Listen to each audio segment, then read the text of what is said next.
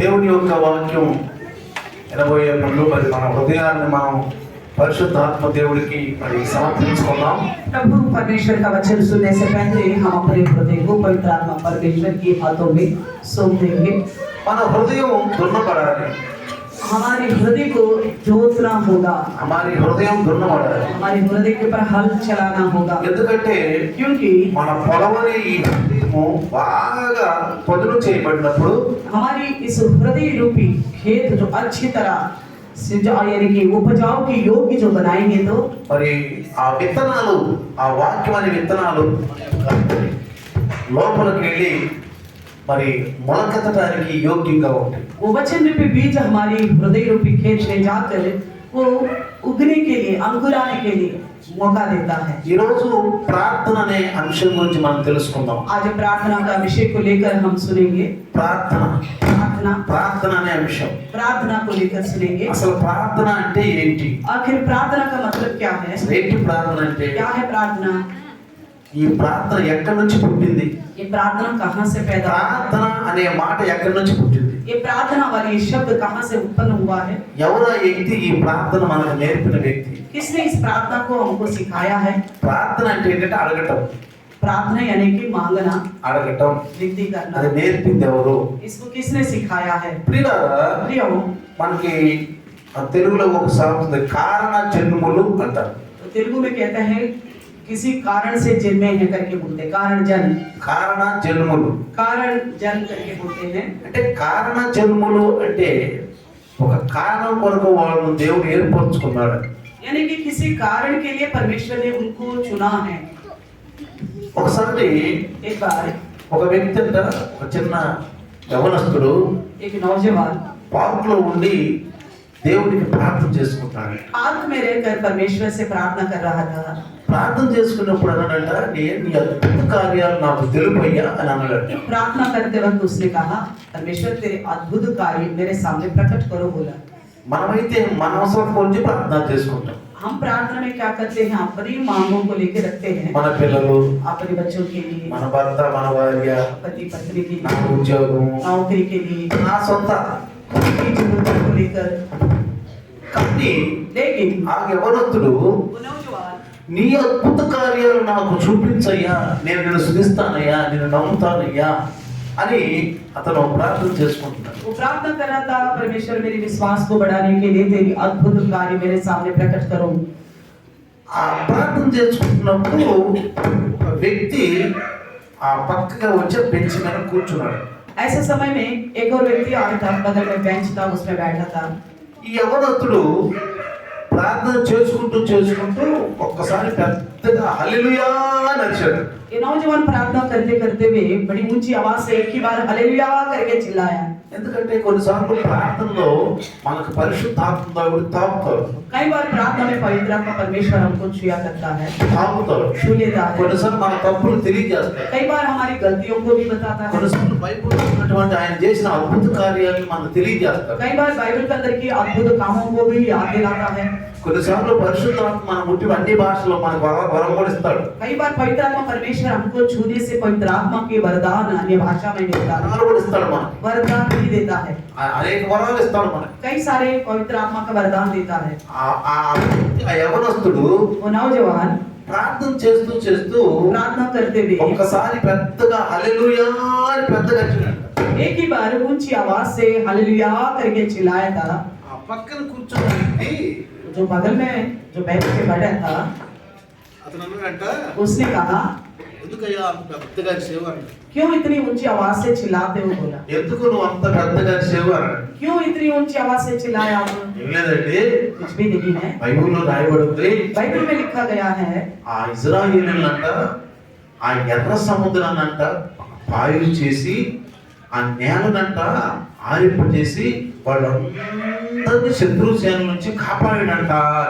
उसने कहा ऐसा कोई बात नहीं है, मगर परमेश्वर ने इजराइलियों को ले जाते वक्त उस लाल समुद्र को दो भाग किया और गीली जमीन जो था उसको सुखा कर दिया और शत्रु सेना को खत्म कर डाला करके बोला। అది నాకు గుర్తు చేశాడు. उस बात को परमेश्वर ने मुझे అది स्मरण బైబిల్లో दिलाया। రాయబడి ఉంది. ये बाइबल में लिखी हुई है। అందుకని నాకు ఆనందం వేసి పట్టలేక హల్లెలూయా అన్నాను. इस वजह से मैं बड़ा खुश हो गया हूँ, मैं अपना आप को कंट्रोल नहीं कर पाया, इसलिए मैं प्रभु का धन्यवाद करते हुए स्तुति हालेलुया बोला। కొంతమంది ప్రార్థన చేస్తున్నప్పుడు कुछ लोग प्रार्थना करते हुए పరిశుద్ధాత్మ నిండిపోతారు. पवित्र आत्मा से भर जाते हैं, కొన్ని ఆనందమైన శబ్దాలు వస్తాయి, कुछ ऐसे आनंददायक शब्द निकलता है, కొన్ని మూర్ఖులు వస్తాయి. कुछ ऐसे करहराहट भी निकलता है। పరిశుద్ధాత్మ మనలో ఉండి మాట్లాడుతూ ఉంటాడు. पवित्र आत्मा परमेश्वर हमारे अंदर रहकर बात करता रहता ఆయన है, మన పెదాలను ఉపయోగించుకుంటాడు, हमारे होठों को वो इस्तेमाल మన करता है, హృదయాన్ని ఉపయోగించుకుంటాడు, हमारे हृदय को इस्तेमाल మన करता है, నాలుకను हमारे ఉపయోగించుకుంటాడు. जीभ को इस्तेमाल करता है। ప్రార్థనలో లీనమైపోతారు, अगर हम प्रार्थना में जब लीन हो రక్తంలో जाए లీనమైపోతారు. और मांगने में लीन हो जाए అయితే ఈ యవనస్తులు కూడా तो इसी प्रकार इस नौजवान ప్రార్థనలో గట్టిగా వచ్చినప్పటికి इस प्रार्थना में जैसी ऊंची आवाज से चिल्लाया పక్క है, వ్యక్తి అన్నాడంట, बगल वाले ने कहा, చూడా, हे पागल। ఎందుకంటే ఆ పక్క వ్యక్తి పెద్ద ఆయన ఎంఏ చదివాడు. वो बड़ा जो बैठा था बगल में वो एमए पढ़ा था, ఎంఏ చదివాడు. एमए पढ़ा అతను था। అన్నాడంట, उसने कहा, "ఒరే, ఈ మధ్య కాలంలోనే చరిత్రకారులు చెప్పారు, अरे इसी हाल ही में इतिहास में कुछ साइंटिस्ट ने बताया था, ఆ టైంలో ఉంటే ఎర్ర సముద్రం అంటే 10 అంగుళాలు నీళ్లు ఉండేయంట. उस समय में लाल समुद्र का पानी बस इतना गहरा था, 10 अंगुल का ही पानी था, 10 అంగుళాలు నీళ్లు ఉండేయంట. 10 अंगुल का ही पानी था। అందుకని ఇశ్రాయేలీయులు చక్కగా నడిచి వెళ్ళిపోయారంట. इसलिए इजराइल बड़ी अच्छी तरह आराम से पार होके गए थे बोले। ఎవరు అన్నారంట, इस नौजवान ने कहा, బైబిల్లో లేదే, ऐसा तो नहीं लिखा बाइबल నీ में। బొంద నీకేం తెలుసురా, तुम पागल हो, तुम्हें क्या पता, నువ్వు చదువుకున్నవాడికి కాదు, तुम पढ़ा लिखा नहीं है, తెలీదు. इसलिए आपको ఈ मालूम మధ్య नहीं है। చరిత్రకారులు అన్ని కనుక్కుంటున్నారు. इस बीच में साइंटिस्ट सब चीज जान पाया है, కాబట్టి ఇశ్రాయేలు నడిచింది ఎర్ర సముద్రంలో 10 అంగుళాలు నీళ్ళలో నడిచారు. इसलिए इजराइल लोग समुद्र में जो चले थे 10 अंगुल पानी था, उसमें इतनी गहराई में चले थे बस। యవనస్తుడు మైండ్ పోయి, इस नौजवान का दिमाग गुम हो गया, చదువుకున్నవాడు కదా, तो सोचा वो तो सच में पढ़ा लिखा है ना, చదువుకున్నవాడు పెద్దవాడు, वो बड़ा भी है उम्र में। మళ్ళీ ప్రార్థన చేస్తున్నాడు, फिर प्रार्थना करने लगा, ప్రభువా ఏంటి ప్రభువా, प्रभु क्या है प्रभु, 10 అంగుళాల్లో నీళ్ళలో నడిచామంటారా, इतनी थोड़ी सी पानी था उसी में चले थे ఏంటి इजराइल लोग। ప్రభువా ఈ వ్యక్తి ఇంత అంటున్నాడు ये व्यक्ति ऐसा क्यों कहता है? అని ఈ కుర్రాడు ఉదాస అయిపోయాడు. फिर ये लड़का उदास हो गया, ప్రార్థన చేస్తున్నాడు, फिर प्रार्थना कर रहा था, మళ్ళీ ప్రార్థన చేస్తున్నాడు. फिर प्रार्थना कर रहा था। ఇట్లా అంటే మళ్ళీ కాసేపుకి 2 సార్లు అన్నాడంట, హల్లెలూయా హల్లెలూయా. फिर दोबारा थोड़ी देर में 2 बार बोला हालेलुया हालेलुया कर। రేపు మళ్ళీ వచ్చిందిరా నీకు అన్నాడు. फिर उस बड़ा आदमी ने बोला फिर क्या हो गया तेरे को? మళ్ళీ ఏమైంది అన్నాడు. फिर क्या हो गया? ఏమైందని దేవుడు నాకు చెప్పాడు, प्रभु ने मुझसे कहा है 10 అంగుళాలు నీళ్ళల్లో అంటే ఇంకా అద్భుత ఆశ్చర్యకార్యం చేశాడు. और इतने 10 अंगुली की चेहरे बराबर पानी था, उसने भी इतनी अद्भुत कार्य किया ఎంత परमेश्वर అద్భుతం ने। చేశాడంటే इतनी बड़ा चमत्कार అందుకంటే किया, 2 సార్లు హల్లెలూయా అన్నాను. इसलिए मैं 2 बार इस बार हालेलुया बोला। ఏం చేశాడు రా అన్నాడంట. उसने कहा ऐसा क्या किया है? 10 అంగుళాల దూరంలో భరోసా అయితే నాశనం చేశాడంటే मांगे चुल्ली पर पानी डूब गया बोलते ना, उतने पानी में मिस्र देश के सारे सेना डूब के मर गया। 10 అంగుళాల నీళ్ళలో భరోసా అయితే అంతా చంపేశాడు మా దేవుడు అన్నాడు. इतने ही पानी में फोरन की सेना को परमेश्वर ने मार डाला करके मैं 2 बार स्तुति कर रहा हूं। ఆయా ఆయా ఒక పెద్ద వ్యక్తి ముఖం ఎంత అయిపోయింది. तुरंत वो बड़ा पढ़ा लिखा जो था ना, उसका शक्ल छोटा हो गया। ప్రార్థన కనుక మనం చేసుకుంటాం, अगर हम प्रार्थना करते रहे, ఆత్మీయ మాటలు వస్తాయి, आत्मिक बातें निकलेंगी, లోక మాటలు రావు, संसार की बातें नहीं आएंगी మజాక్ మాటలు రావు. और हंसी मजाक वाली बातें भी नहीं आएंगी, ఎందుకంటే ప్రార్థన చేసుకుంటున్నప్పుడు क्योंकि हम प्रार्थना करते रहेंगे, పరిశుద్ధాత్మ మనం టచ్ చేస్తా ఉంటాం. पवित्र आत्मा परमेश्वर हमको छूता रहेगा। కొంతమంది कुछ लोग ప్రార్థన అనే దాన్ని ఎంతవరకు తీసుకున్నారంటే प्रार्थना का विषय को कहाँ तक लिया है, ఏదో ఒక స్థలంలో కూర్చొని किसी एक जगह में बैठना है, ఒక 10 నిమిషాలు అరగంట 10 मिनट या आधा घंटा ఏదో విధంగా ప్రార్థన చేసుకున్నాను, इस प्रकार प्रार्थना कर लिया అంటే हो, సమయం గడిపాను. यानी कि समय बिताया ఇక हो। ఆ తర్వాత లేచినాక उसके बाद जैसा उठता हूँ, అన్ని లోక వార్తలు, सब चीज जो दुनियादारी की बात, అన్ని లోక మాటలు, संसार की बातें हैं, పరిశుద్ధత అనేది ఉండదు, पवित्रता नहीं रहती, వాక్యం చదవరు. वचन नहीं पढ़ते। వాళ్ళ ఉద్దేశం ఏంటి? उनका उद्देश्य क्या है? ప్రార్థన అంటే ఒక స్థలంలో ఒక అరగంట సేపు పావు గంట కూర్చో, प्रार्थना का मतलब एक जगह में आधा घंटा या 15 मिनट बैठना, అది ప్రార్థన. यही समझते हैं। కానీ लेकिन రండి మనం బైబిల్ తీద్దాం. आइए बाइबल ग्रंथ को खोलें। ఇగో మొట్టమొదటిగా सबसे पहले ప్రార్థన అనే అంశాన్ని మనం నేర్పిన వ్యక్తి ఎవరు? प्रार्थना का विषय को हम शुरू करने वाला और सिखाने वाला ఆ कौन था? పాప జన్మ వ్యక్తి. कौन है? इसके लिए जो जन्मा है। ఈ మధ్యన మనం పేపర్లో చూసాం, చరిత్రలో కూడా రాయబడి इस बीच में हमने पेपर में भी पढ़ा है और इतिहास में भी लिखा हुआ है। ఈ రోజు అమెరికా గురించి మనం వింటున్నాం। आज अमेरिका के बारे में हम सुनते हैं। ఈ అమెరికాని కొలంబస్ కనుక లేకపోతే పుట్టకపోతే అమెరికా అనేది మనకు తెలిసేది కాదు। अगर कोलंबस वो व्यक्ति पैदा नहीं होता, अमेरिका का वो नाम भी नहीं आता, हम जान भी नहीं पाते। అంటే అమెరికాని కనిపెట్టింది ఎవరు? अमेरिका करके नाम दिया या पहचाना किसने था? ఎవరు కనిపెట్టారు? कौन था? కొలంబస్। कोलंबस। కొలంబస్ అనే వ్యక్తి అమెరికాని కనిపెట్టాడు। कोलंबस ने ही अमेरिका को पहचाना है। తర్వాత उसके बाद మరి థామస్ ఎడిసన్ అనే వ్యక్తి थॉमस एडिसन जो है విద్యుత్ శక్తిని కనిపెట్టాడు। बिजली को पहचाना है। విద్యుత్ శక్తిని కనిపెట్టారు। बिजली को पहचाना है। ఎలుగులో ఉండి మనం చదువుకుంటున్నాం। जैसे इस रोशनी में हम बैठते हैं, पढ़ते हैं, ఎవరు కనిపెట్టారంట? इसको किसने पहचाना है? Thomas Edison. थॉमस एडिसन ने पहचाना है। తర్వాత उसके बाद నీల్ ఆర్మ్స్ట్రాంగ్ కనుక లేకపోతే नील आर्मस्ट्रांग नहीं होता, చంద్రమండల యాత్రలో మనం చంద్రమండలం ఉందని తెలిసేది కాదు चांद के ऊपर इंसान जा सकता है करके हमें मालूम नहीं होता, కదా। है ना। అదే విధంగా విలియం కేర్ కనుక లేకపోతే इसी प्रकार विलियम केर नहीं होता, బైబిల్ తర్జుమా అయ్యేది కాదు। बाइबल की भाषा यानी कि ट्रांसलेशन नहीं होता। ఈరోజు మనం బైబిల్ హెబ్రీ గ్రీక్ లాంగ్వేజ్ లో ఉన్నటువంటి బైబిల్ ప్రతి భాషలో మనం जो చదువుకుంటాం। पहला हिब्रू और ग्रीक यूनानी में था, उन बाइबलों को आजकल हम अपनी ही भाषा में पढ़ रहे हैं, तो उन्हीं की बदौलत है। చాలా మంది ఏమంటారంటే बहुत सारे लोग क्या ఇలాంటి बोलते हैं? వాళ్ళని మహానుభావుడు అంటారు। ऐसे लोगों को महान लोग करके बोलते हैं। ఏమంటారు? महान लोग, ఇలాంటి వాళ్ళు మహానుభావులు అంటారు। महान बुद्धिमान लोग करके बोलते हैं। అంటే జీవితాన్ని ఏదో విధంగా సార్థకం చేసుకున్నారు। यानी कि उन्होंने अपनी जिंदगी में कुछ ना कुछ ऐसा विषयों को हासिल किया है। కానీ ఒక విషయం ఏంటంటే लेकिन एक विषय क्या है? బైబిల్ ఏం చెప్తుందంటే बाइबल क्या कहती है? వీళ్ళందరికంటే యోగ్యులైన వాడు ప్రభువులో ఉన్నవాడు। इन सब से महान कौन है? जो प्रभु में है वही। రేపు చంద్రమ సూర్యులు నల్లబడిపోతారంట, కనపడకుండా పోతారంట, వాళ్ళ పేర్లు కూడా కనపడవు। कुछ दिन के बाद सूरज और चांद जो है काले हो जाएंगे, दिखाई नहीं पड़ेंगे, उनका नाम तक भी नहीं रहेगा। అన్ని గ్రహాలంట చల్లా చెదరైపోతాయి, सारे ग्रह भी तितर बितर हो जाएगा, వాళ్ళ పేర్లు ఉండవు। किसी का भी नाम नहीं रहेगा। ఒకరోజు అమెరికా, రష్యా ఇవన్నీ ఈ దేశాలన్నీ కూడా పాడైపోతాయి। एक दिन जो बड़े बड़े देश माना जाता है, वो सब कुछ भी नष्ट हो जाएंगे। బైబిల్ చెప్తుంది बाइबल कहती है కొత్త ఆకాశం కొత్త భూమి రాబోతుంది। नई आकाश नई पृथ्वी बनने वाला है। ఎంతమంది విశ్వసిస్తారు? कितने लोग विश्वास करते हैं इस ఈ बात? భూమి మీద ఉన్న అన్ని కూడా పాడైపోతాయి, इस धरती में जितनी चीजें हैं, सब कुछ एक दिन खत्म हो जाएगा। శిథిలమైపోతాయి అంట, सब कुछ खत्म हो जाएगा। శిథిలమైపోతాయి అంట। सब कुछ खत्म हो కొత్త जाएगा। భూమి కొత్త ఆకాశం రాబోతున్నాను। नया भूमि और नया आकाश आने वाला है। అయితే इसलिए ఈ విద్యుత్ శక్తి ఇది కూడా ఒకరప్పుడు మరి అంధకారం అయిపోతున్నాను, ये जो रोशनी देखते हैं बिजली, ये भी एक दिन खत्म हो जाएगा, अंधेरा हो जाएगा, అంధకారం అయిపోతుంది। सब कुछ खत्म हो जाएगा। ఈ క్రైస్తవుడుగా మనకు తెలుసు ఈ విషయాలు, मसीह होने के नाते इस बात हम जानते ఎందుకంటే हैं, జీవ గ్రంథంలో రాయబడి ఉంది। क्योंकि जीवित ग्रंथ में ये बात लिखा हुआ है।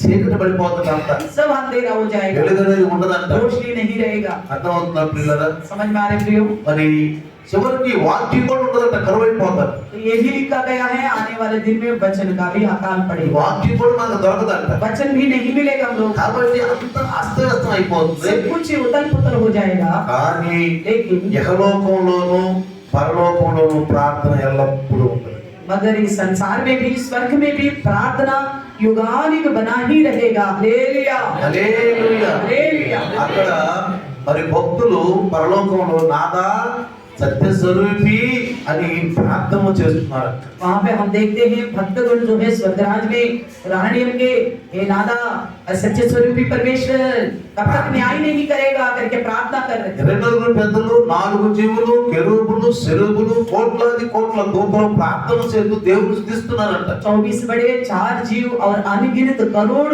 दूते परमेश्वर के सम्मुख स्तुति प्रशंसा कर रहे नित्य। అందుకే బైబిల్ వాక్యం చదివిస్తుంది, इसलिए बाइबल का वचन कहता है ఎట్లా పరలోకంలో ఉందో అట్లా భూమి మీద ఉండాలంట। जिस प्रकार स्वर्ग में रहता है उसी प्रकार पृथ्वी में हो जाए। ఈ పరలోకంలో ఎట్లా భూమి మీద మనుషులు ఉన్నారు, ఎట్లా పరలోకంలో ఉన్నారు, పరలోకంలో ఎట్లా ఉందో భూమి మీద అట్లా ఉంటారు. जैसे स्वर्ग में है वैसा इस पृथ्वी पर के लोगों में मनुष्यों में ऐसा ही परमेश्वर की महिमा होना। అంటే ఎత్తబడక ముందే మనం పరిశుద్ధులం అవ్వాలి. यानी कि हम उठा लिया जाने से पहले ही पवित्र हो जाना चाहिए। పరిశుద్ధులు అంటే నీకు నువ్వు పరిశుద్ధులు అనుకుంటే కాదు. आप अपने आप को केवल पवित्र समझने से नहीं होगा। నేనేం చేస్తాను అదే కరెక్ట్ అనుకుంటే కాదు. मैं जो कुछ भी करता हूँ वही सही करके वो सोचने से नहीं होगा। నాకు నచ్చింది నేను చేస్తున్నాను కాబట్టి ఇది కరెక్ట్ అని మనకి వీలు లేదు. जो भी ये ना बोले मेरा जो पसंद है मैं वही करता यही सही है ऐसा ना कहे। అందుకే యేసు ప్రభు అన్నాడు, इसलिए यीशु मसीह कहता है శిష్యుల్ని ప్రపంచాలు పంపుతున్నప్పుడు चेलों को दुनिया में भेजते वक्त कहा మీరు పోయి అందరిని శిష్యులు చేయండి అన్నాడు. आप लोग सारे जगत में जाइए सबको चेले बनाइए, శిష్యులు చేయండి, चेला बनाइए। అంతేగాని క్రైస్తవులు చేయమల్లా, इतना ही कहा था ना कि मसीहों को बनाओ, మతాలు మార్చమల్లా, धर्मांतरण करो करके नहीं కులాలు कहा, మార్చమల్లా, जातियों को बदलने के लिए नहीं बोला, రోడ్లు చేర్చమల్లా. इस जाति में शामिल करो करके नहीं बोला। ఏమన్నాడు యేసు ప్రభు? क्या बोला मसीह यीशु ने? ఏమన్నాడు అపోస్తలులు పంపిస్తున్నప్పుడు? प्रेरितों को भेजते वक्त क्या बोला? సర్వలోకానికి వెళ్ళి सारे जगत में సర్వ जाइए, సృష్టికి सारे सृष्टि को నేనేమేమైతే మాటలు మీకు చెప్పానో, मैंने जो जो बातें आपको सिखाया నేనేమైతే था, చేసి చూపించానో मैंने जो जो करके दिखाया था, అందరికీ చెప్పండి, ये सारी बातों को అందరికీ प्रचार చేయమని करो। చెప్పండి, सबको ऐसा ही करने के लिए सिखाओ, అందరికీ చేయమని చెప్పండి. सबको सिखाइए।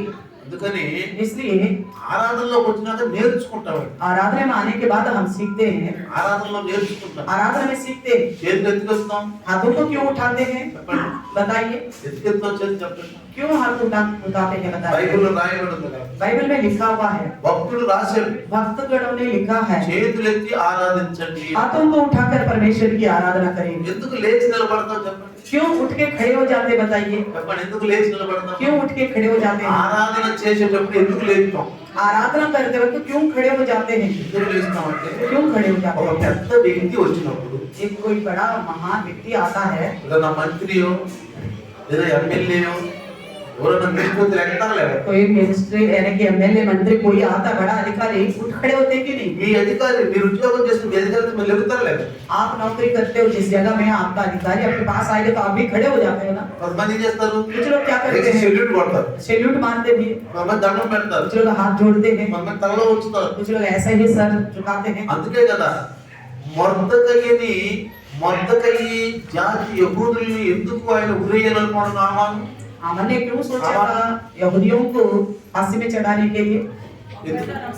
చెప్పండి. क्यों बताइए? అతను వంగి నమస్కారం చేయలేదు కాబట్టి, मुर्दकई ने झुककर नमस्कार नहीं किया था, నమస్కారం చేయలేదు కాబట్టి, दंडवत नहीं किया था, అందుకని లేచి నిలబడాలి. इसलिए उठ के खड़े हो जाना चाहिए। నేనేం చేస్తున్నాను నాకు గొప్ప అనుకోబాకండి, मैं जो भी कर रहा हूँ मेरा मर्जी है यही महान ఇది करके భక్తి नहीं, అనుకోబాకండి. अपने आप को वही भक्ति करके नहीं అది समझे, భక్తి కాదు, वो भक्ति नहीं है। అది స్వయం నీకు నీవు అనుకున్నది. तुमने अपनी ओर से सोचा है, అంటే నీవు అనుకున్నది కరెక్ట్ కాదు. आप जब तक अपने आप के बारे में सोचोगे वो सही नहीं है। అందుకే తుదకది ఏమవుతుందంట, अंत में क्या होगा?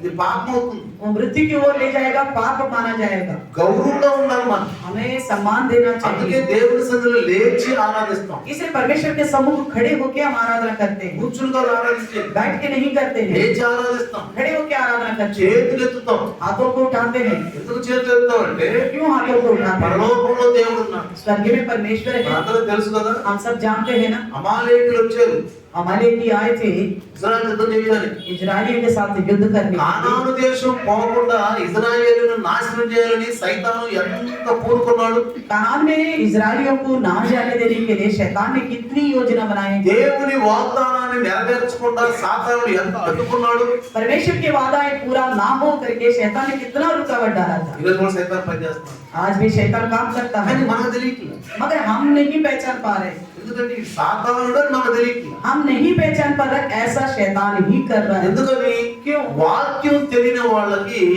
సాతాను గురించి తెలియదండి. क्योंकि वचन जिनको नहीं पता उनको शैतान के बारे में भी नहीं मालूम, అందుకని వాళ్ళు భ్రమపడుతారు. इसलिए वो भ्रम में रहते हैं। అందుకే బైబిల్ ఎక్కువ చదవాలి. इसलिए हमें बाइबल को ज्यादा पढ़ना चाहिए। వాక్యం తెలియని వాడు ఏం చేస్తాడంటే, जिनको वचन नहीं पता वो क्या करेगा? అదేం చేస్తాడో వాళ్ళకి తెలియదు. वो जो करता है उसको मालूम नहीं है। బైబిల్లో రాయబడి ఉంది, बाइबल में लिखा हुआ है, లేచి నిలబడు.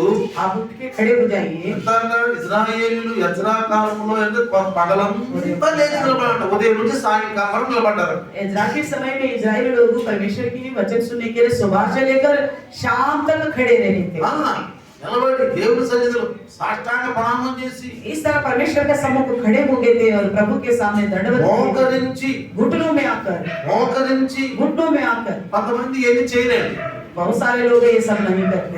ఎగవరు ఆరాధనలో, आराधना में खड़े नहीं होते, చేతులు ఎత్తరు, हाथों को नहीं उठाते, మోకరించరు. घुटनों में नहीं आते, ఎందుకంటే వాళ్ళకి వాక్యం తెలియదు పాపం. क्योंकि उनको वचन नहीं मालूम, వాళ్ళకి పరిశుద్ధాత్మ అనుభవాలు లేవు उनके పాపం. पास पवित्र आत्मा का अनुभव नहीं है। అందులోనే యేసు నమ్ముకున్నామని అనుకుంటున్నారు. सोचते हैं कि हाँ हमने प्रभु यीशु को भरोसा किया है। ప్రభు అంటే పరలోకానికి పోరండి. केवल प्रभु प्रभु बोलने से स्वर्ग में नहीं కేవలం जाएंगे, యేసు అంటే పోరండి. केवल यीशु यीशु बोलने से नहीं బైబిల్లో जाएंगे। రాయబడి ఉంది. वो तो बाइबल में लिखी हुई है, అందుకని బైబిల్ యొక్క జ్ఞానం నేర్చుకోవడం మనకు వస్తాం. इसलिए बाइबल का ज्ञान को सीखने के लिए ही हम यहाँ आते हैं, బైబిల్ అందుకే చదువుతాం. इसलिए बाइबल को हम पढ़ते हैं। చూడు అమాయకులు వచ్చినప్పుడు जैसे अमालेक की आए थे, ఏం చేశాడు మోషే?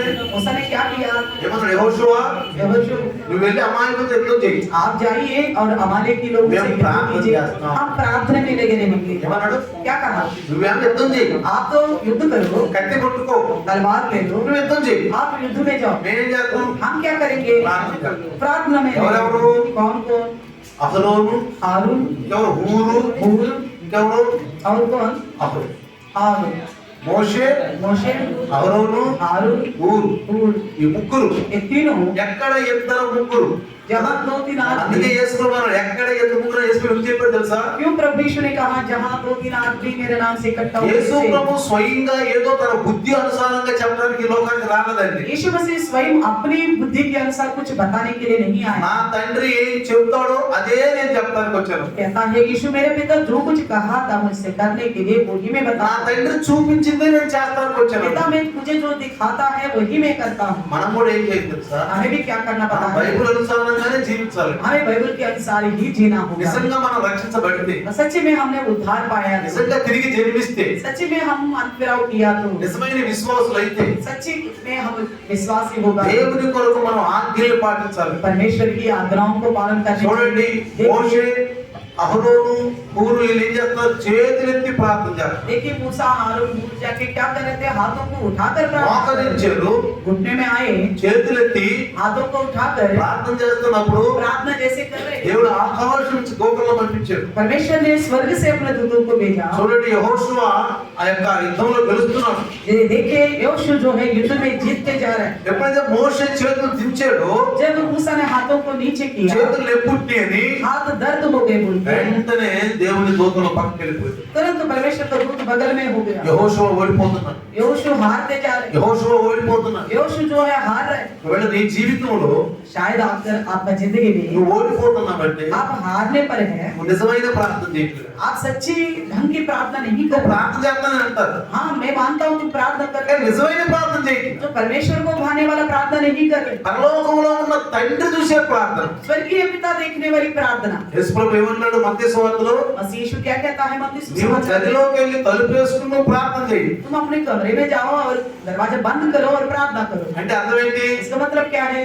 తలుపు వేసుకుంటే నీ హృదయ కవాటాలు అంటే ఈ లోకం వైపు, లోకం ఆకర్షణలో, లోక ఆలోచనలు లేకుండా ఏకాంతంగా నువ్వు ప్రార్థన చేయి. दरवाजा बंद करने की मतलब क्या है? इस संसार का कोई भी सोच समझ आपके दिमाग में नहीं आते हुए प्रार्थना करना। గదిలోనంటే గదిలోనే ప్రార్థన చేయాలి కానీ పార్కుల్లో ప్రార్థన చేయకూడదు, ఇంకెక్కడ ప్రార్థన చేయకూడదని లేదు. ये नहीं है कमरे में करना है मतलब वही करना चाहिए, बाकी जगह में नहीं करना चाहिए करके नहीं है। సమయమందును అసమయమందును మీరు ప్రార్థన చేయమని చెప్పాడు. बताया गया है कि समय में भी असमय में भी आपको प्रार्थना ఎక్కడ करना పడితే चाहिए। అక్కడ నువ్వు ప్రార్థన చేయాలి. जहाँ कहीं हाथों को उठाकर प्रार्थना చాలా करना మందికి चाहिए। తెలియదండి. ये बात बहुत सारे लोग ప్రార్థన नहीं जानते। చేయాలంటే ఒక చోట మోకరించాలి, प्रार्थनाओं को एक जगह जरूर चाहिए, घुटना పట్టకు बढ़ाना चाहिए, వేసుకోవాలి, जरूर नीचे कुछ बिछाना चाहिए, ఒక పట్ట వేసుకోవాలి, एक चादर डालनी అది चाहिए, కూడా ఇల్లు కావాలి, उसके लिए एक कमरा भी चाहिए, అది కూడా ఎవరు అరవకూడదు. और वहाँ कोई बोलना भी नहीं चाहिए। అట్లా కూర్చుని నేను ప్రార్థన చేసుకుంటేనే చేసుకున్నాను. इस तरह बैठ के करने से ही मान लो मैंने करा प्रार्थना। ఇక్కడ క్రైస్తవ చాలా దెబ్బతింటున్నారు. इसी विषय में मसीह लोग लोग बड़ा मार खाते हैं। అదేమిటి ఆ స్థలం వరకు ప్రార్థన అయిపోయింది అంత లోక విషయాలే मगर वही ऐसा प्रार्थना करते हैं, बाकी सारा संसारिक की बातें होती ఇక है, లోక విషయాల వైపు ఎక్కువ संसार की ధ్యానం. बातों की ओर ही ज्यादा ध्यान लगाते हैं। ప్రార్థన అంటే అట్లా కాదండి. प्रार्थना का मतलब ऐसा ही नहीं है। ప్రార్థన అంటే అవును నువ్వు ఏకాంతంగా ప్రార్థన చేసుకో తప్పు లేదు. हाँ, प्रार्थना जरूरी है, कुंभ में अकेला रह के प्रार्थना करना నీకు जरूरी సమయం है। వస్తే గంటలు గంటలు ప్రార్థన చేసుకో. अगर आपके पास ज्यादा समय है तो घंटों घंटा और प्रार्थना తలుపు करो। గడేసుకుని ప్రార్థన చేసుకో. और दरवाजा बंद करके कुंडी लगा के भी प्रार्थना ఒక करो। సిస్టర్ అంట एक सिस्टर है, పిల్లలందరూ స్కూల్కి వెళ్ళినాక बच्चे सब स्कूल चले गए, భర్త డ్యూటీకి వెళ్ళినాక बस पति जो है ड्यूटी में चला गया, ఆ ఒక స్లిప్ రాస్తుందట. एक चिट्ठी लिखती है, నేను ఒక గంట సేపు ప్రార్థనలో ఉన్నాను కాబట్టి ఎవరు బెల్ల కొట్టద్దు ఎవరు డిస్టర్బ్ చేయదని పై తరఫున రాసి పెట్టారు. दरवाजे के बाहर एक चिट्ठी इस प्रकार लिखे रखते कि मैं प्रार्थना में हूँ, इसलिए 1 घंटा तक मुझे कोई भी डिस्टर्ब ना करे।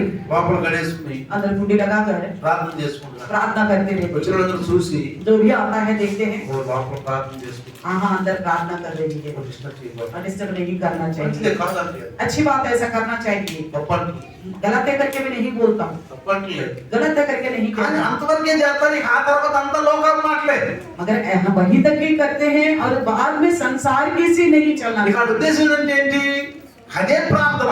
कुछ लोग सोचते हैं कि प्रार्थना करना ऐसा ही है, उतना ही होनी అదే चाहिए, ప్రార్థన అనుకుంటున్నారు. इतना ही प्रार्थना है। కానీ देखिए, అంటే నేను ఒక విషయం మీకు చెప్తాను. एक बात आपको मैं बताऊंगा, మనకి మొట్టమొదట ప్రార్థన నేర్పింది ఎవరంటే యూనోష్. हमें सबसे पहले प्रार्थना किसने सिखाया है कि ये लोग ఆయన కారణ జన్ముడు.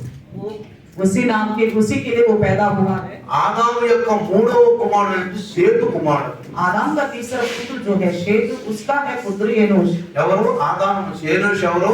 एनोश कौन है? ఆదాము మనవడు आदम का पोता है। కదా. ఎవరు ఏనోష్? कौन है एनोश? ఆదాము మనవడు. आदम का पोता है। ఏబేలు సమయంలో ప్రార్థన చేయబడలేదు. हाबिल के समय में प्रार्थना नहीं की गया, ఆదాము సమయంలో ప్రార్థన చేయబడలేదు. आदम के समय में भी प्रार्थना नहीं की गई। మరి నీతిమంతులైనటువంటి మరి ఏబేలు సైతం కూడా మనకు ప్రార్థన జ్ఞాపకం లేదు. तो धर्मी जो हाबिल है उसने भी प्रार्थना नहीं की है, ना सिखाया। కయ్యను ప్రార్థన జ్ఞాపకం లేదు. कैन ने भी प्रार्थना नहीं सिखाया, బరులు అర్పించారు. बलि तो दिया है కానీ उन्होंने। అడగటం అనేది నేర్పింది ఎవరు మనకి? मगर परमेश्वर से मांगना करके किसने सिखाया है? ఎవరైతే किसने? చూడండి బైబిల్లో రాయబడిందో రాయబడలేదా? देखिए बाइबल में लिखा हुआ है, ఆది కాండం రాయబడింది కదా. उत्पत्ति में लिखा हुआ है, ఏనోషు దేవునికి ప్రార్థన చేసెను అని రాయబడింది. तो उत्पत्ति 4:26 में लिखा हुआ है, एनोश ने प्रार्थना करना शुरू करा करके लिखा है। హల్లెలూయా. హల్లెలూయా. హల్లెలూయా. హల్లెలూయా. ఎవరు మొట్టమొదట ప్రార్థన చేసిన బైబిల్లో? सबसे पहले प्रार्थना करने वाला कौन है? ఎవరు? कौन? ఏనోష్. एनोश। ఏనోష్ అంటే ఏం తెలుసా?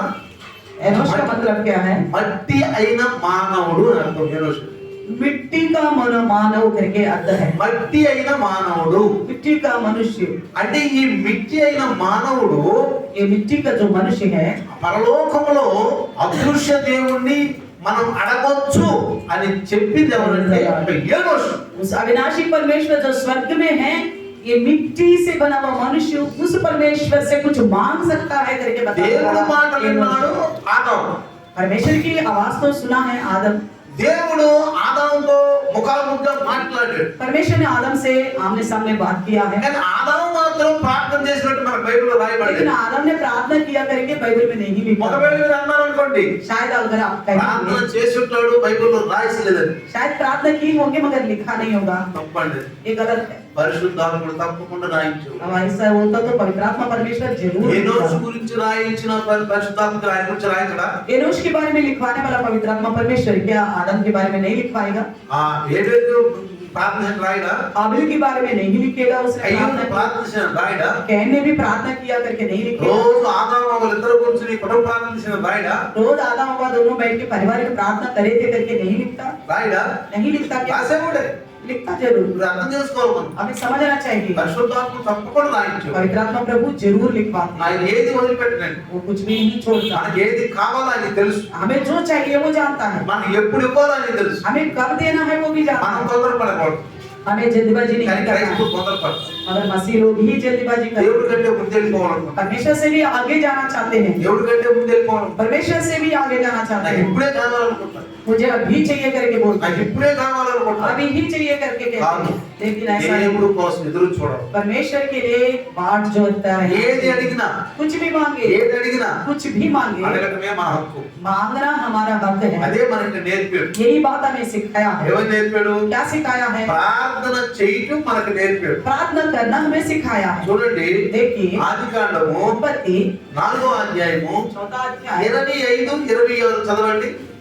25 और 26वें वचन को पढ़ेंगे। ఆ, ఆదాము మరలా తన భార్యని కూడినప్పుడు ఆమె కుమారుని కని, ఆ, కయ్యూను చంపిన హేబెలుకు ప్రతిగా దేవుడు నాకు మరి ఒక సంతానము నియమించాను అనుకొని, ఆ, మరి ఒక సంతానం అంటే కయ్యోను చంపిన ఏబేలుకు బదులుగా నాకు దేవుడు మరొక సంతానం ఇచ్చాడని అతనికి షేత్ అని పేరు పెట్టాను. అతనికి షేతు అని పేరు పెట్టాడు. షేతునకు కుమారుడు పుట్టెను. అంటే దేవుడు నా పైన దయ చూపించి, దేవుడు నా పైన దయ చూపించి ఒక మంచి కుమారుడిని ఇచ్చాడు. ఆయన పేరేంటి? షేతు. तो कहता है कि परमेश्वर मुझ पर तरस खाके एक पुत्र को दिया है, इसलिए उसका नाम शेतु रखा गया। ఆమె దయ పొందుకుందంట. उसने दया पाया है। దేవుని దయ మన మీదకి వచ్చేంత వరకు మనం వేచి ఉండాలి. परमेश्वर की दया जब तक हमारे ऊपर नहीं आएगा तब तक हम इंतजार करना चाहिए। ఏమన్నాడు? क्या कहता है? నిర్గమాకాండం అంటాడు, निर्गमन में कहता నేను है, ఎవరిని కరుణించదనో వారిని కరుణిస్తాను, मैं जिन पर तरस खाऊंगा उन पर तरस खाऊंगा, ఎవరిని నేను దయ చూపిస్తాను వారిపైన దయ చూపిస్తాను. जिनको दया दिखाना चाहूंगा उन्हीं को ही दया दिखाऊंगा। ఎవరిపైన దయ చూపిస్తానండి? किस पर दया दिखाएगा? చెప్పండి, ఎవరిపైన కరుణిస్తాడు చెప్పండి. किस पर दया दिखाएगा, तरस खाएगा? దేవునిలో కరెక్ట్ ఉంటే, तो प्रभु में ढंग से बने रहेंगे। నువ్వు కరెక్ట్ గా వాక్యానుసారంగా ఉంటే. अगर आप वचन के अनुसार रहेगा तो ఈ బైబిల్ ఎత్తిబడిందండి. आखिर ये बाइबल क्यों दिया गया है? చెప్పండి, చదువుకున్నాం. हम उठ के पढ़ लिया है। హోలీ బైబుల్, ये पवित्र ग्रंथ है। ఈ హోలీ బైబిల్ ఎత్తిబడింది. ये पवित्र ग्रंथ क्यों दिया गया है? ఎందుకు చదవమన్నాడు బైబిల్ని? क्यों पढ़ने के लिए कहा है? बाइबल మోషే ఏమన్నాడు? मूसा से क्या कहा? మోషే, నేను నీకు కొండ మీద చెప్పిన ఎన్ని రాయి అన్నాడు. मूसा मैंने जो कुछ पहाड़ पर बताया था उन सारी बातों को लिखो రాసి ఇజ్రాయేలుకి వినిపించు అన్నాడు. और लिखो और इजरायलियों को पढ़ के सुनाओ। వీళ్ళు ఏమన్నారు? నాకు వినిపించు అన్నాడు. फिर इन्होंने क्या बोला है वो बात मुझे बताओ। మోషే ఏం చేశాడంటే, मूसा ने क्या किया? ఇజ్రాయేలు మాటలు తీసుకెళ్ళామో దేవుడు చెప్పాడు, इजरायलियों की बातों को ले जाकर परमेश्वर से कहा దేవుడు మాటలు తీసుకొచ్చి ఇజ్రాయేలు చెప్పాడు. और परमेश्वर की बातों को ले आके इजरायलियों से बताया। మీరు అనుకోవచ్చు ఒక విషయం, आप सोच सकते हैं ఏంటి మనం ఏం మాట్లాడుతున్నాం ఆ దేవుడు తెలీదా? क्या हम क्या बात कर रहे हैं परमेश्वर नहीं जानते हैं क्या? ఈ మోషే చెప్పాడు ఎందుకంట పోయి? ये मूसा क्यों बताते हैं वहां जाके? దేవుడు తెలుసు మనం మాట్లాడే మాటలు. परमेश्वर तो जानता है ना हम जो भी बात करते ఆయన हैं। అంతర్యామి కదా, वो सर्वांतर्यामी है ना, అంతర్యామి కదా. सर्वांतर्यामी మరి మనం మాట్లాడే మాటలకు వెళ్తది కదా. हमारी बातें तो वो सुनता है ना। మరి మధ్య ఎందుకు? మోషే ఎందుకు? क्यों फिर मूसा बीच में रह के बताना जरूरी है? దేవుడు ఒక మనిషికి ఒక పని అప్పచెప్పాడు, यानी कि परमेश्वर ने एक कोई काम सौंप दिया है, ఒక బాధ్యత. एक जिम्मेवारी।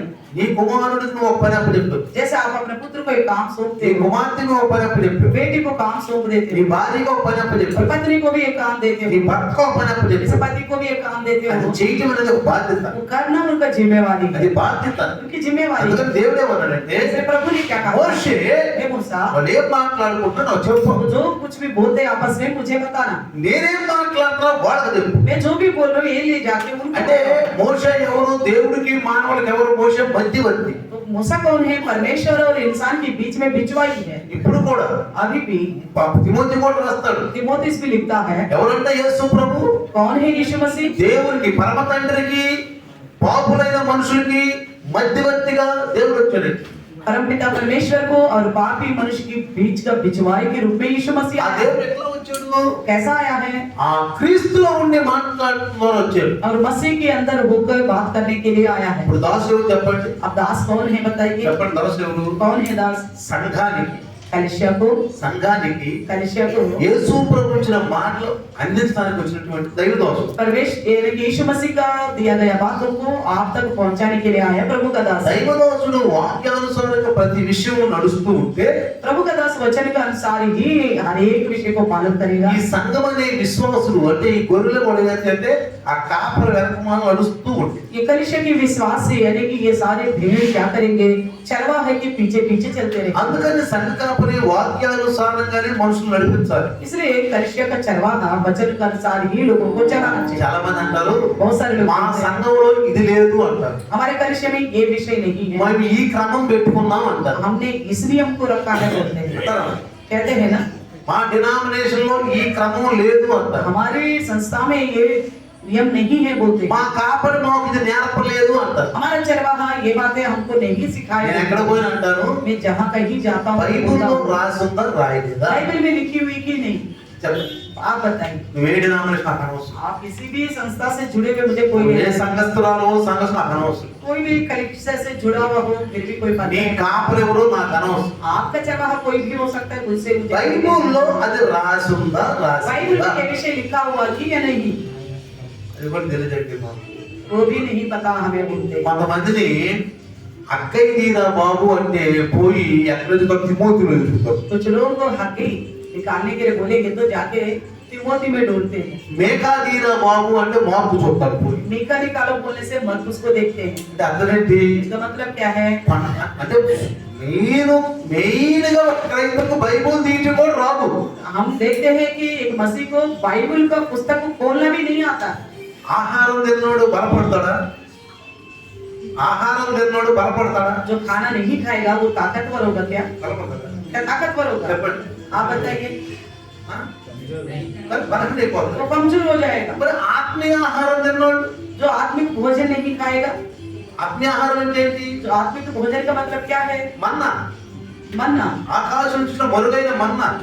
स्वर्ग से आया हुआ गुप्त मन्ना है। ఇశ్రాయేలులకు మన్నా ఎందుకు ఇచ్చాడు అరణ్యంలో? इजरायलियों को क्यों दिया है मन्ना जंगल में, आप बताइए ఎందుకు ఇచ్చాడు మన్నా? क्यों दिया है, వీళ్ళు నడవలేదు, ये लोग नहीं चल पाएंगे, నడవలేదు. खाए बिना नहीं యేసు चल ప్రభు पाएंगे। మరి ఒకసారి 5,000 మందికి ఒకసారి 4,000 మందికి ఎందుకు ఆహారం పెట్టాడు? यीशु मसीह एक बार 5,000 लोगों को, एक बार 4,000 लोगों को क्यों खाना दिया, ఎందుకు అన్నమాట చెప్పండి. क्यों दिया है, ఏమన్నాడు అక్కడ? क्या कहा? వీళ్ళు మార్గంలో మోచుంటారేమో. कहीं ये लोग बेहोश ना हो जाए सड़क में। చాలా మంది ఏమంటారు? कई सारे लोग क्या बोलते हैं, ఉదయాన్నే ఇంటి నుంచి బయలుదేరాము, हम घर से निकले थे, నాష్టా చేయలేదు नाश्ता नहीं किया, అని ఇక్కడ పోయి రెండులో ఏం తెచ్చుకుంటారు. यहाँ जाके रोटी वगैरह लेके आते తెచ్చుకుంటే हैं, తెచ్చుకోవాలి. लाते कि नहीं, ఎందుకంటే మళ్ళీ చక్కెర వచ్చిందేమో, कहीं चक्कर ना आ जाए बोल के, పడిపోతున్నాం कहीं गिर जाऊं, కదా.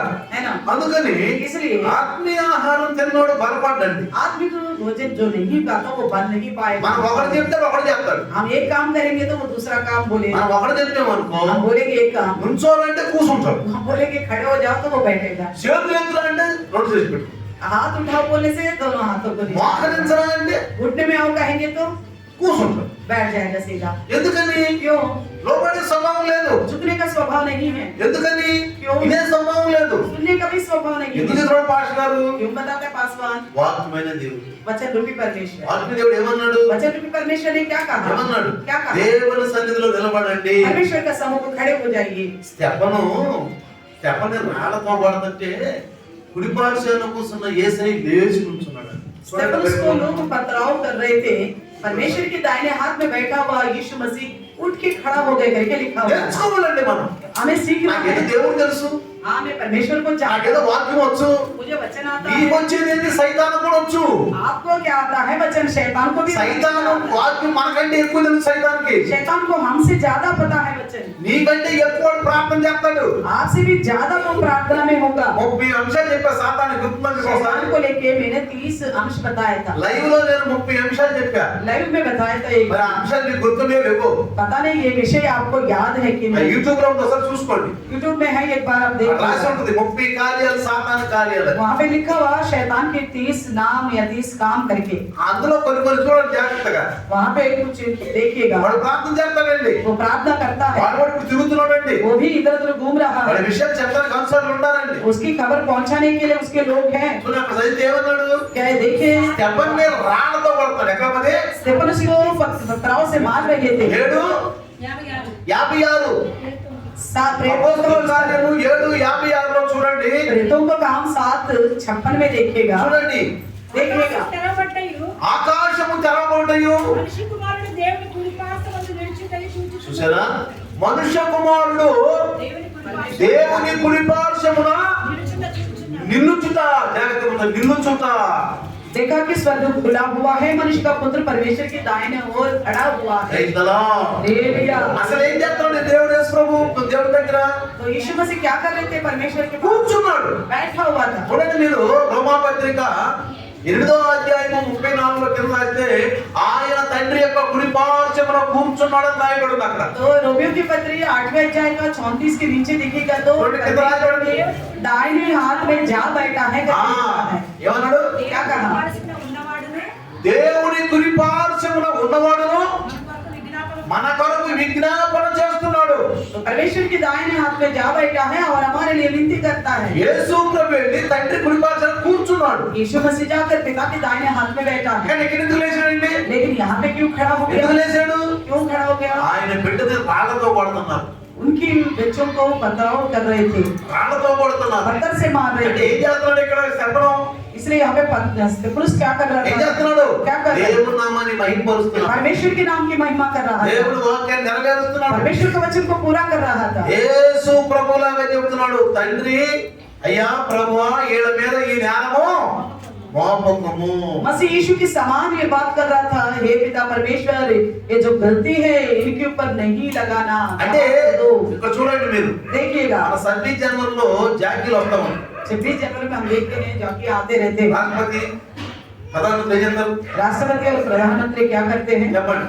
बताइए? లేచి నిలబడి खुद खड़े हो जाते हैं। ఆ యొక్క సిపాయిలు మార్చి చేసుకుంటూ వెళ్తా ఉంటారు. तो सिपाही जो है सैल्यूट मारता हुआ जाएगा। వాళ్ళకి ఏం చేస్తారు? వీళ్ళు లేచి ये लोग भी क्या करते हैं? అంత పెద్దవాడు రాష్ట్రపతి, इतना बड़ा है राष्ट्रपति है, అంత గౌరవనీయుల ప్రధానమంత్రి, इतना गौरव सम्मान रखने वाला प्रधानमंत्री అంత గౌరవనీయుల రాష్ట్రపతులు और इतना ही सम्मानजनक వాడు राष्ट्रपति లేచి నుంచొని वो उठ के खड़े हो जाते हैं। ఎవరికి? किसको? ఆ సిపాయిలు మార్చి చేస్తున్నప్పుడు वो सिपाही जो सैल्यूट करते हुए जाते रहते हैं, మనం ఎవరిని చెప్పండి? वो ही ऐसा खड़े हो जाते तो हम कौन है फिर? మనం ఎవరిని? हम कौन है बताइए? మనం ఏం చేయాలి? हमें क्या करना चाहिए? ఎలా దేవుడు సమ్మానించాలి? कैसे परमेश्वर के सम्मान करना యేసు चाहिए? ప్రభు నేర్పినటువంటి బోధ మనకు.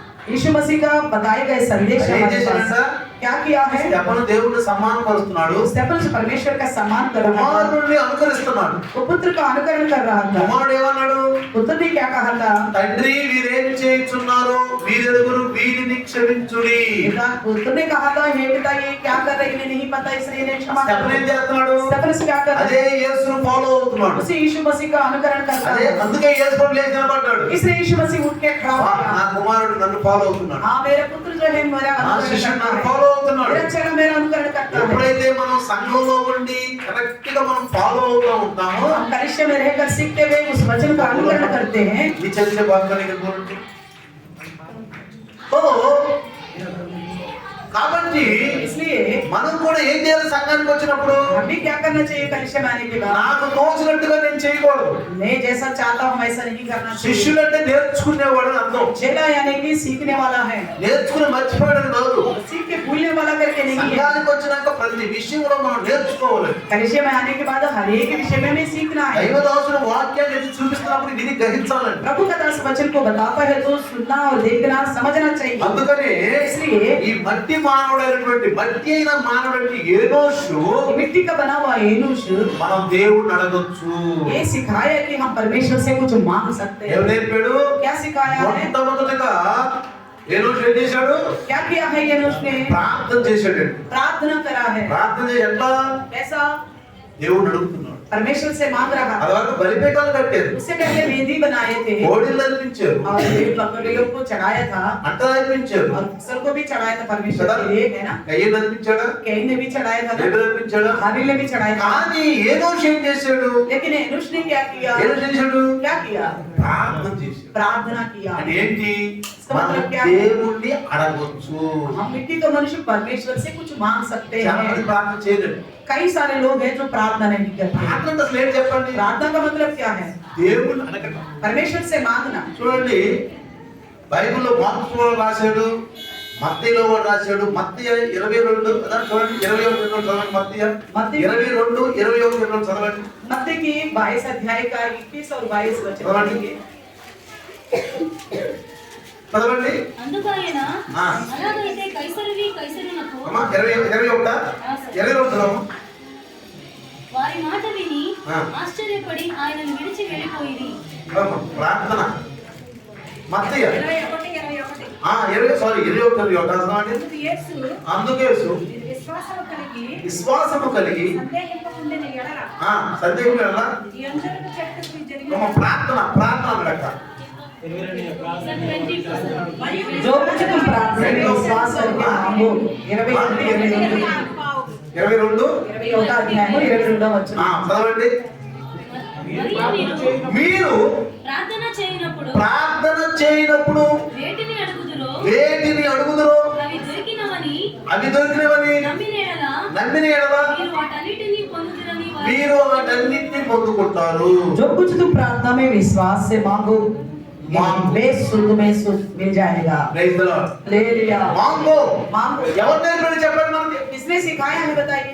ఎవరు ఆ కారణ జన్ముడు ఎవరు చెప్పండి. इस बात को सिखाने के लिए जो कौन पैदा हुआ है. మట్టిలో ఉండిన మనిషి, मिट्टी में पैदा हुआ इंसान, మట్టి అయిన మనిషి मिट्टी का इंसान ప్రార్థన నేర్పాడు. प्रार्थना सिखाया है. మనకు ప్రార్థన నేర్పాడు. हमें प्रार्थना सिखाया. ఆ మహానుభావుడు మనం గుర్తుంచుకోవాలి. उस व्यक्ति को हमें याद रखनी ఈ चाहिए. లోకంలో ఇందాక చెప్పాను నేను, ఈ కరెంట్ కనిపెట్టినా, బైబిల్ తర్జుమా చేసినా కదా, తర్వాత విద్యుత్ శక్తి కనిపెట్టినా, చంద్రమండలానికి వెళ్ళినా, అమెరికాని కనిపెట్టినా, ఇవన్నీ కూడా ఏమవుతుంది ఒక రోజు నశించిపోతుంది. हमने सुना है ना, किसी ने अमेरिका को पहचाना, चांद पे गया, बिजली को पहचाना, इतना कुछ करने के बावजूद भी और ये सब कुछ एक दिन नष्ट हो जाएगा. కానీ ప్రార్థన, लेकिन प्रार्थना అనేది जो प्रार्थना है పరలోకంలో కూడా జరుగుతుంది. చూడండి, स्वर्ग में भी हो रही है. పరలోకంలో కూడా ప్రార్థన జరుగుతుంది. स्वर्ग में भी प्रार्थना हो रही है. ప్రార్థన చేస్తున్నారు, प्रार्थना करते रहे. దేవదూతలు ప్రార్థన చేస్తున్నారు. स्वर्गदूत भी प्रार्थना कर रहे हैं. కాబట్టి इसलिए అడగటం నేర్చుకోవాలి. मांगना सीखना चाहिए. మార్కు సువార్త मरकुस सुसमाचार 11వ అధ్యాయము 11वीं अध्याय 24లో ఏమనుందంటే, 24 में क्या लिखा हुआ है. మీరు ప్రార్థన చేస్తున్నప్పుడు మీరు అడుగుచున్న వాటినల్లా పొంది మీరు అడుగుతున్న వాటినల్లా పొంది ఉన్నామని నమ్మండి.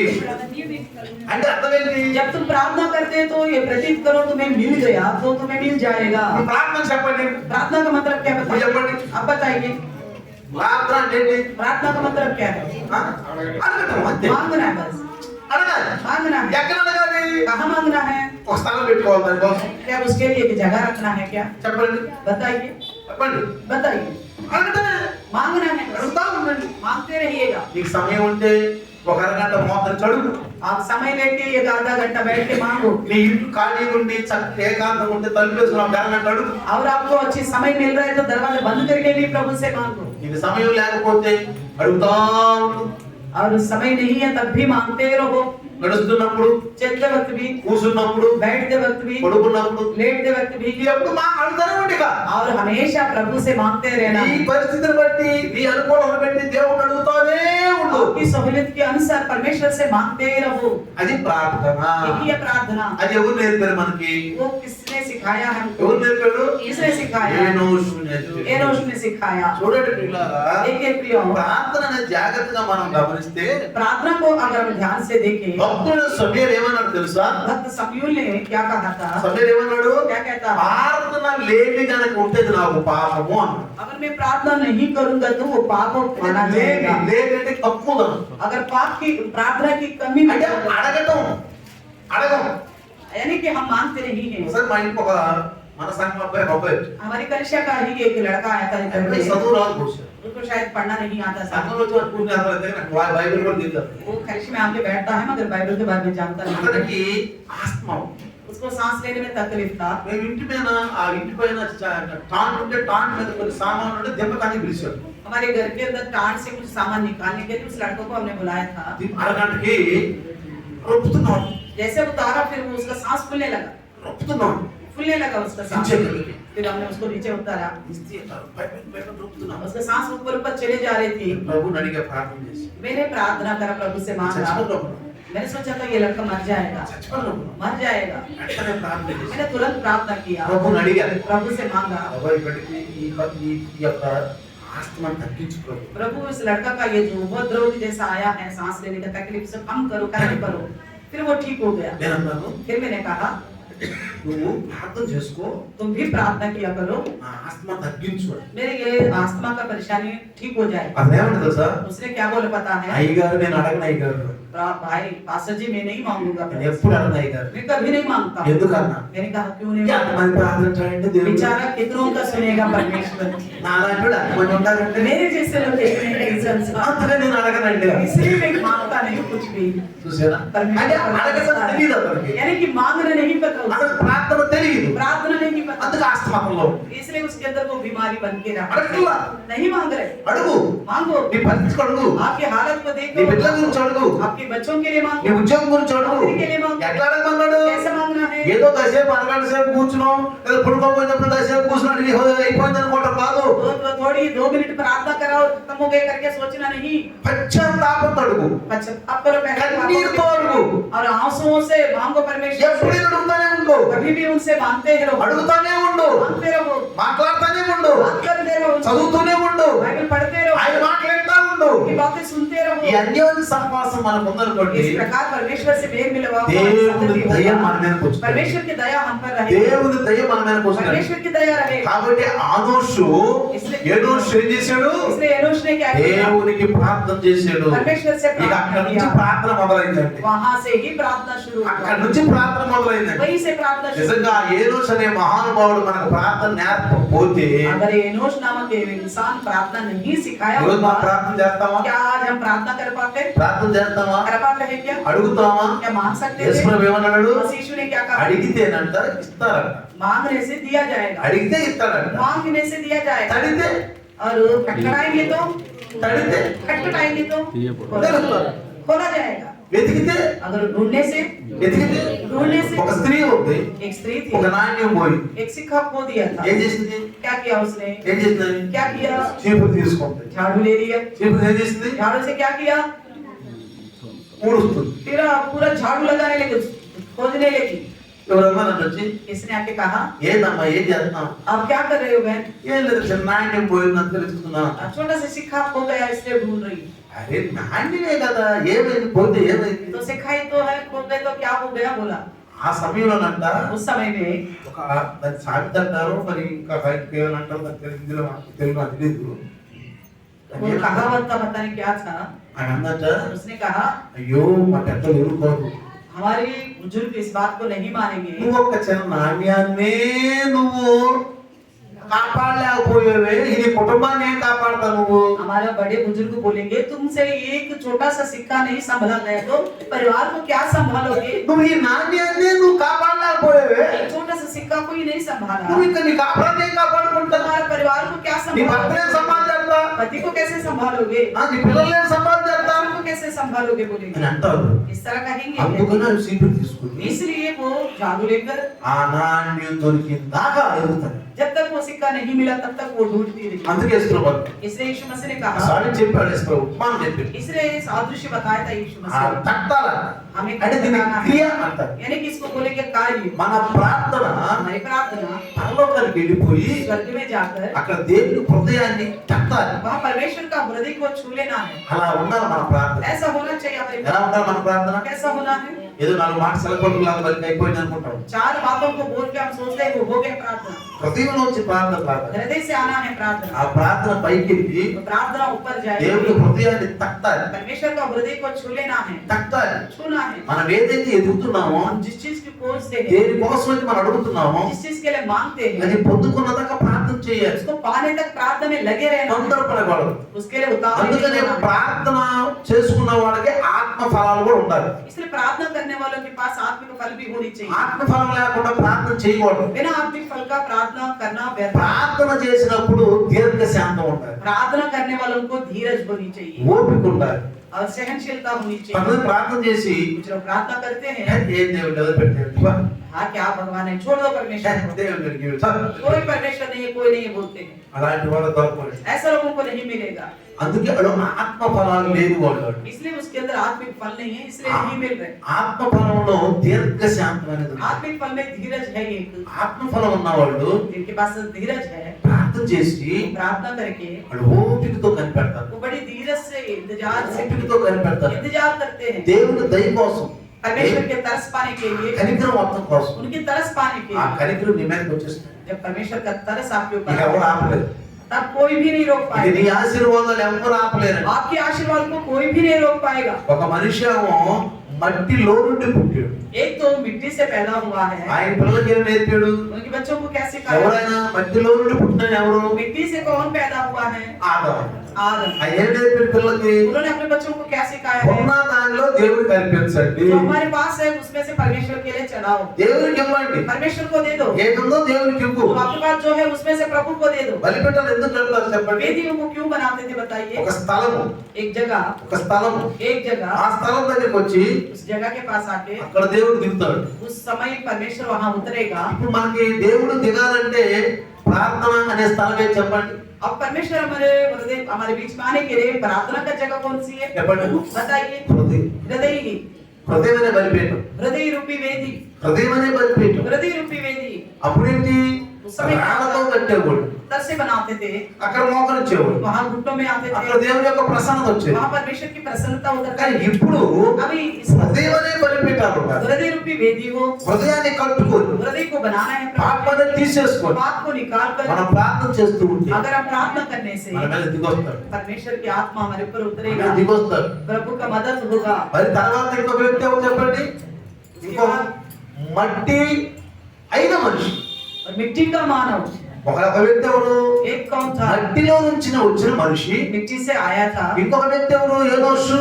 एनोश कौन था? మట్టి అయిన మనిషి. मिट्टी का मनुष्य, మట్టి అయిన మనిషి. मिट्टी का ఈ मानव, మట్టి అయిన మనిషి ये मिट्टी का मानव అదృశ్య దేవుడు అడగొచ్చు అని తెలియదు. अदृश्य परमेश्वर से मांग सकता है करके सिखाया। అప్పుడు ఈ మట్టి మనిషిలో మహిమాశ్చర్యం కనబడుతుంది. अब ही इस मिट्टी के इंसान के अंदर महिमा का ऐश्वर्य भर जाएगा। రండి ప్రార్థిద్దాం. आइए प्रार्थना రండి करें। ప్రార్థిద్దాం. आइए చిన్న प्रार्थना, ప్రార్థన. छोटी सी प्रार्थना, తల నుంచి सर झुकाएंगे। సర్వశక్తిమంతుడివి, సర్వకృపానికి, సర్వములో నుండి దేవుడు నాయన. हे सर्व सृष्टिकर्ता, सब में फैला हुआ परमेश्वर, सर्वाधिकारी प्रभु जी, మట్టి అయిన మానవుడు నిన్ను అడగొచ్చని నేర్పించి మాకు కారణమైనటువంటి యోనోషు నాయన.